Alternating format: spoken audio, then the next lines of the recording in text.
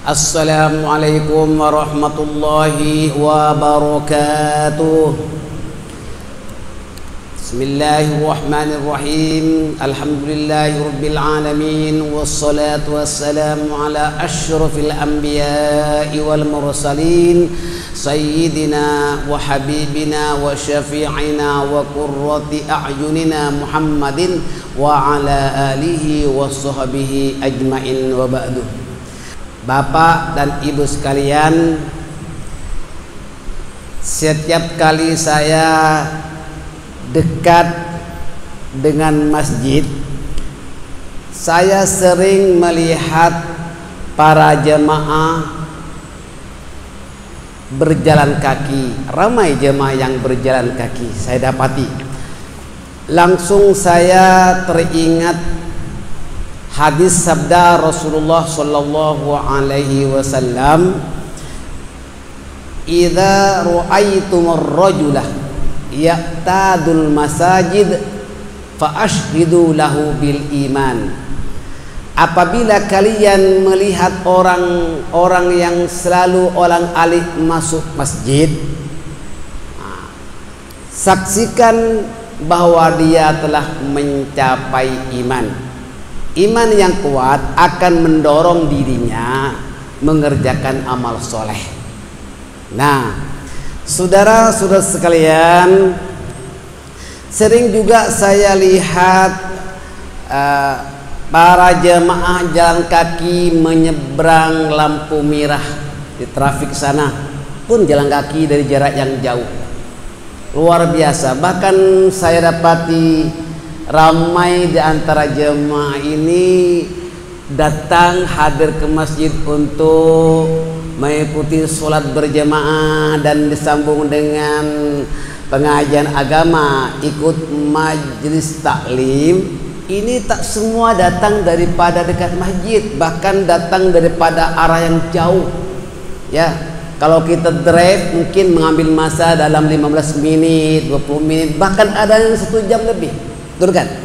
Nah, saya teringat juga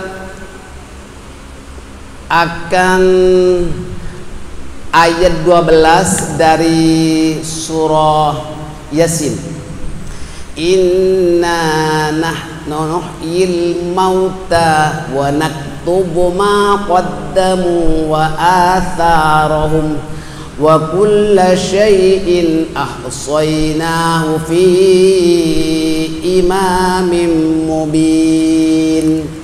Sesungguhnya kami, yakni Allah, menghidupkan orang-orang mati, dan kami menulis, yakni mencatat apa yang telah mereka kerjakan, dan bekas-bekas tapak, bekas mereka yang ditinggalkan itu ditulis oleh Allah Subhanahu wa taala.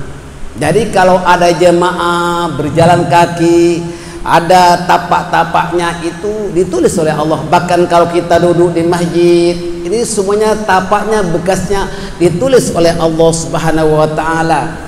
Dan segala sesuatu itu kami, yakni Allah, kumpulkan di dalam Lauh Mahfuz, dalam kitab induk yang nyata, bracket Lauh Mahfuz, ditulis. Nah, saudara-saudara sekalian, sebetulnya ayat 12 dari surah Yasin ini ada asbabun nuzulnya. Asbabun nuzul, sebab-sebabnya ayat ini turun.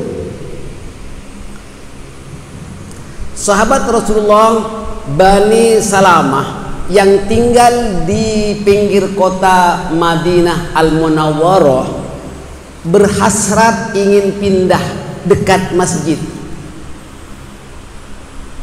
Lalu hal ini dikemukakan kepada Rasulullah SAW. Ya Rasulullah, kami akan pindah supaya kami dekat masjid, senang pergi masjid. Nabi tidak langsung menjawabnya. Kemudian turunlah ayat itu tadi. Inna nahnu nuhyil mauta wa naktubu ma qaddamu wa atharahum wa kulla syai'in ahsaynahu fi imamin mubin. Dengan turunnya ayat ini, Rasulullah Shallallahu Alaihi Wasallam itu berkata kepada Bani Salamah, lebih baik kamu jangan pindah, sebab tapak-tapak kamu daripada rumah ke masjid ini tapaknya semua ditulis. Jadi kamu akan rugi kalau pindah. Coba bayangkan ini sudah jelas sekali bahwa sekalipun kita tinggal jauh, tidak disia-siakan oleh Allah Subhanahu wa taala. Semua amal kebaikan, amal yang soleh, sedikit atau banyak, tidak akan disia-siakan oleh Allah Subhanahu wa taala. Bapak dan Ibu sekalian, coba kita mutolaah surah Al-Kahfi ayat ke-30. A'udzu billahi minasyaitonir rajim. Innal ladzina amanu wa 'amilus solihati inna la nudhi'u ajra man ahsana amala. Sesungguhnya orang-orang yang beriman dan beramal soleh, tentulah kami tidak akan menyanyiakan pahala orang-orang yang melakukan kebaikan. Semua dicatat, ditulis, dan nanti akan ditimbang di Al-Mizan, yakni di neraca yang paling adil. Wa nadha'ul mawazinal qista liyaumil qiyamati fala tuzlamu nafsun syai'a wa in kana mithqala habbatin min khardalin ataina biha wa kafa bina hasibin. Kami akan membentangkan sebuah neraca yang amat adil. Bila? Di padang mahsyar pada hari kiamat. Tidak akan dirugikan.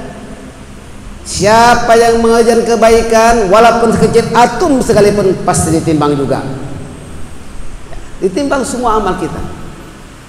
Dan kan kita tahu, famay ya'mal mithqala dzarratin khairan yarah. Sekecil atom, sebiji sawi sekalipun kebaikan itu pasti akan diperlihatkan juga nanti.